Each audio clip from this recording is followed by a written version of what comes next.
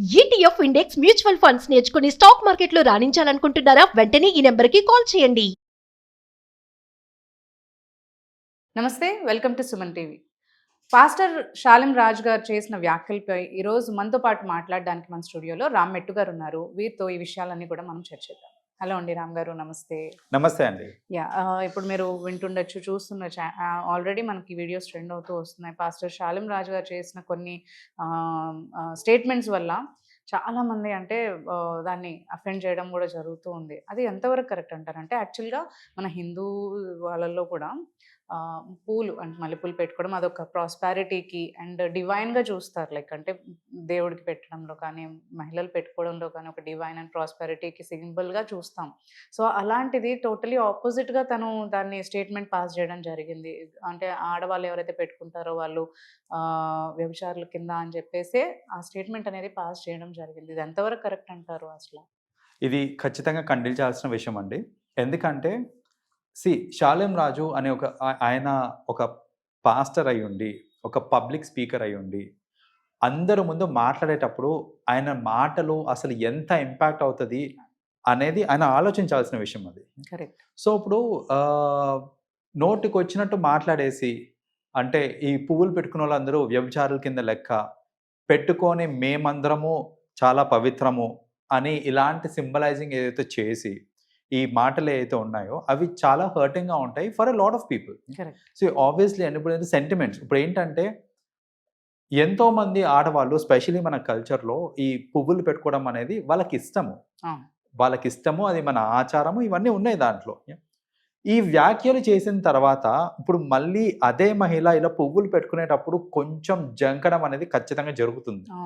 అంటే ఇప్పుడు ఆ వ్యాఖ్యలన్నీ గుర్తొచ్చి ఇప్పుడు నేను పెట్టుకోవాలా వద్దా అనే ఒక డైలమా వస్తుంది.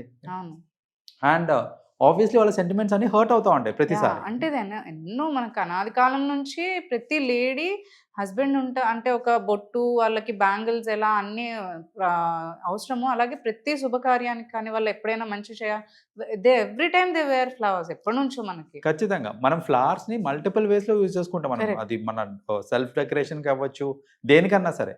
సో అలాంటి ప్యూరిటీ ఉన్న ఒక ఆస్పెక్ట్కి అది వ్యభిచారంతో లింక్ చేయడం అనేది అసలు యాక్సెప్టబులే కాదండి. ఇంకొకటి, ఆయన ఒక పాస్టర్, ఆయన ప్రీచింగ్ చేస్తున్నాడు, ఆయన ఎజెండా ఏంటి?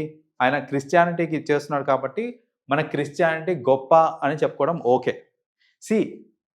నా రిలీజన్ గొప్ప అని చెప్పుకోవడంలో తప్పులేదండి. ఎవరన్నా సరే మీ రిలీజన్ గొప్ప అని చెప్పుకోండి, ప్రాబ్లం లేదు. నా రిలీజనే గొప్ప అని చెప్తారు చూడండి, అక్కడ వచ్చినది ప్రాబ్లం. అండ్ మిగతావి అసలు 3 స్టేజెస్ లో జరుగుతాయి. యాక్చువల్గా 3 స్టేజ్. ఇప్పుడు చూస్తే మనం పీక్ స్టేజ్ లో ఉన్నాము. అసలు ఇంతకు ముందంతా ఎలా ఉండేది అని అంటే, ఎవరికి నచ్చిన రిలీజన్ వాళ్ళు ఫాలో అయ్యేవారు. నీ రిలీజన్ నువ్వు ఫాలో అవ్వు, నాది నేను ఫాలో అవుతా, ఎవరికి నచ్చింది వాళ్ళు అవుతున్నారు. సెకండ్ స్టేజ్కి వచ్చేసరికి ఏమైంది అని అంటే, నా రిలీజనే గొప్ప అని చెప్పుకోవడం స్టార్ట్ చేశారు. సో నా రిలీజన్ గొప్ప నుంచి నా రిలీజనే గొప్ప దగ్గరకు వచ్చింది. ఇప్పుడు థర్డ్ స్టేజ్ ఏంటిది అని అంటే, నాది గొప్ప అని చెప్పుకోవడంతో పాటు మీది కాదు అని చెప్పుకోవడం అనేది మొదలైంది. ఇది యాక్చువల్గా పీక్ స్టేజ్ అండి. అస్సలు అలా జరగకూడదు. సో అయితే ఆయన స్టేట్మెంట్స్ ఫస్ట్ ఆఫ్ ఆల్ ఖండించాల్సిన స్టేట్మెంట్స్ ఇవి. దీన్ని సమర్థించుకుంటూ మళ్ళా కొందరు వస్తున్నారు. ఏంటంటే, మరి క్రిస్టియన్స్ని నిందించినప్పుడు లేదా, వాళ్ళని అన్నప్పుడు లేదా, చాలామంది మమ్మల్ని కూడా ఎన్నో మాటలు అంటూ ఉంటారు. మరి అప్పుడెందుకు రియాక్ట్ అవ్వట్లేదు, లేకపోతే మరి అది ఓకేనా, వాళ్ళు అలా చేశారు కాబట్టి మేము ఇలా చేసాము అని సమర్థించుకుంటున్నారు. ఒకటండి, అది కూడా తప్పే. ఇప్పుడు వాళ్ళ రిలీజన్ అనడం కూడా తప్పే. అసలు ఒక రిలీజన్లో ఉంటూ ఇంకో రిలీజన్ గురించి విమర్శించడం అనేది కరెక్ట్ కానే కాదు. That shows your character. ఇప్పుడు మన రిలీజన్లో ఏం చెప్పారు, ఇంకొకరిని కించపరచాలి అని ఎక్కడ మెన్షన్ చేయలేదు. So if you are so pure, మన రిలీజన్కి సంబంధించి మన గౌరవం కాపాడుకోవాలి, మనది గొప్ప అని చెప్పుకోవాలి అని అనుకున్నప్పుడు అది మీ యాక్షన్స్లో కూడా తెలుస్తుంది. రైట్? సో మీరు గొప్ప అని తెలుపుకోవాలి అంటే చెప్పుకోవడం కాదండి, యాక్షన్స్ కూడా చూపించుకోవాలి. పక్కన వాళ్ళని రెస్పెక్ట్ చేయడము, పక్కన రిలీజన్స్ని రెస్పెక్ట్ చేయడం కూడా అంతే ఇంపార్టెంట్. సో వాళ్ళు చేసింది కూడా తప్పే, అంటే వాళ్ళ మీద వచ్చిన విమర్శలు కూడా తప్పే.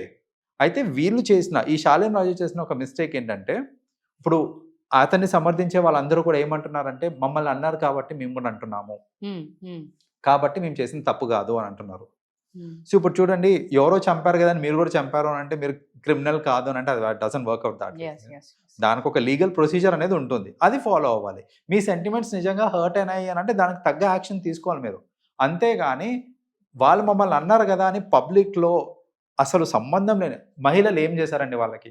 అదే కదా, సంబంధం లేని మహిళల మీద నిందించి పువ్వులు పెట్టుకున్న మహిళల మీద అలాంటి అబండాలు వేయటం అనేది అసలు అబ్సల్యూట్లీ ఇట్స్ బిగ్ స్టేట్మెంట్. అసలు యాక్చువల్లీ అసలు ఆయన అలా అనే ముందు మీరు అన్నట్టు అంత ప్రెస్టీజియస్ పొజిషన్ లో ఉండి ఆయన అలా మాట్లాడడం అనేది కొంచెమన్నా ఆలోచించాలేమో. మామూలుగానే ఒక వ్యక్తి గురించి ఇంకో వ్యక్తి మాట్లాడడం అనేది చాలా punishable actually. Criticising someone is like పనిషబులే కదా ఎవరికైనా. ఆబ్వియస్లీ. సో అంత అదిగా ఉన్నప్పుడు ఆయన పబ్లిక్ స్పీకర్ అయ్యి ఉండి అంత మంది ముందు అంత పబ్లిక్ గా ఆయన స్టేట్మెంట్ పాస్ చేశారు అని అంటే వాట్ వాజ్ హిస్ అంటే బిహైండ్ ఏం ఉద్దేశం ఉంటుంది? ఇక్కడ కపుల్ ఆఫ్ ఎజెండాస్ ఉండొచ్చండి. ఎజెండా నెంబర్ 1 ఏంటంటే నాకు ఫేమ్ కావాలి. ఇలాంటి మాటలు మాట్లాడితే ఖచ్చితంగా నన్ను ఫేమస్ చేస్తారు జనాలు.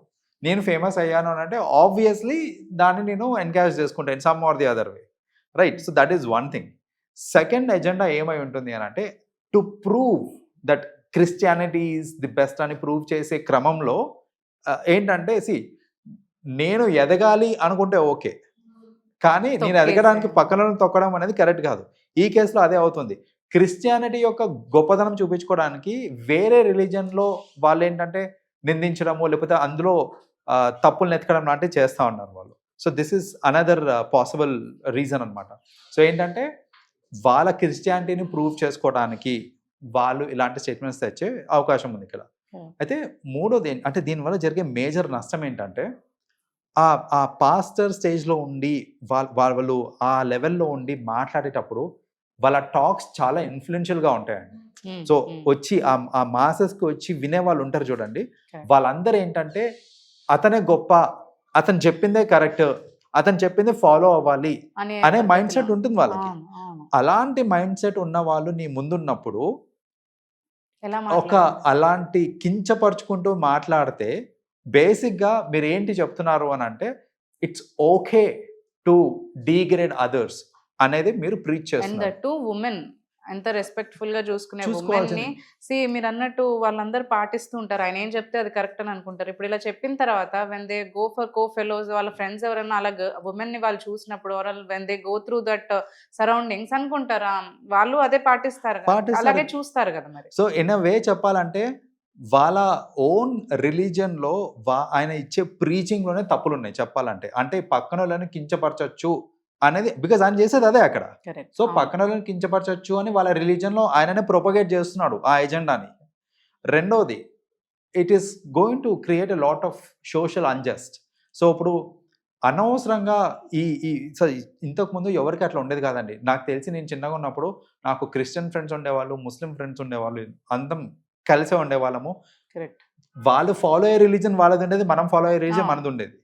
కలిసి ఉండే వాళ్ళము, బాగానే ఉండేవాళ్ళం, వాళ్ళ పని వాళ్ళు, మన పని మనం చేసుకునే వాళ్ళం. కానీ అసలు ఈ పాయింట్ ఆఫ్ టైంలో ఇంత హేట్రేట్ డెవలప్ కావడానికి రీజన్ ఇలాంటి స్పీకర్స్ ఏనండి. సో ఇలాంటి స్పీకర్స్ ఏంటంటే అనవసరంగా గొడవలు పెడుతున్నట్టే కదా. ఇప్పుడు హిందువులందరికీ ఏంటి, ఇప్పుడు వాళ్ళ మతం మీద ఖచ్చితంగా వాళ్ళ మీద హేట్రెడ్ అనేది పెంచుకుంటారు వాళ్ళు. అండ్ ఇలాంటి ప్రీచింగ్స్ వల్ల క్రిస్టియన్స్ కి కూడా ఏంటంటే హిందూస్ అంటే చిన్న చూపు అవ్వడం ఇలాంటివి అవుతూ ఉంటుంది. సో ఇన్ అ వే చెప్పాలంటే ఈ టోటల్ సొసైటీలో ఈ పీస్ ఇవన్నిటిని కూడా డిస్టర్బ్ చేస్తున్నట్టే లెక్క ఇది. సో అందుకనే ఇలాంటి పాస్టర్స్ కానీ ఎవరైనా సరే ఇలాంటి ప్రీచింగ్స్ అది పబ్లిక్ లో కానివ్వండి, ప్రైవేట్ లో కానివ్వండి, మీరు ప్రీచింగ్ చేసేటప్పుడు మీ ఎజెండాను గుర్తుపెట్టుకోండి. మీ ఎజెండా ఈజ్ మీ గొప్పదనం ఏంటి మీరు చూసుకుంటారో చెప్పుకోండి, అంతేగాని పక్కన వాళ్ళని కిందికి చేసి వాళ్ళని డిగ్రేడ్ చేసి నేను పెద్దగా అవుతాను అని అంటే అసలు ఎనీ రిలీజియన్ ఐ గెస్, అంటే హిందూయిజం లో అయినా ఎక్కడైనా అవ్వచ్చు, ఎవరైనా కానీ మనం చేసుకోవడం బెటర్ అని అంటారు. మిగతా కులాలని మీరు తక్కువ చేయకుండా మీరు ఎంతైనా మీ కులాన్ని మీరు చెప్పుకోండి అంతే. ఇప్పుడు హిందూయిజం లో కూడా అంతే. ఇప్పుడు హిందూయిజం గొప్పది అని చెప్పుకోండి, రిలీజియస్.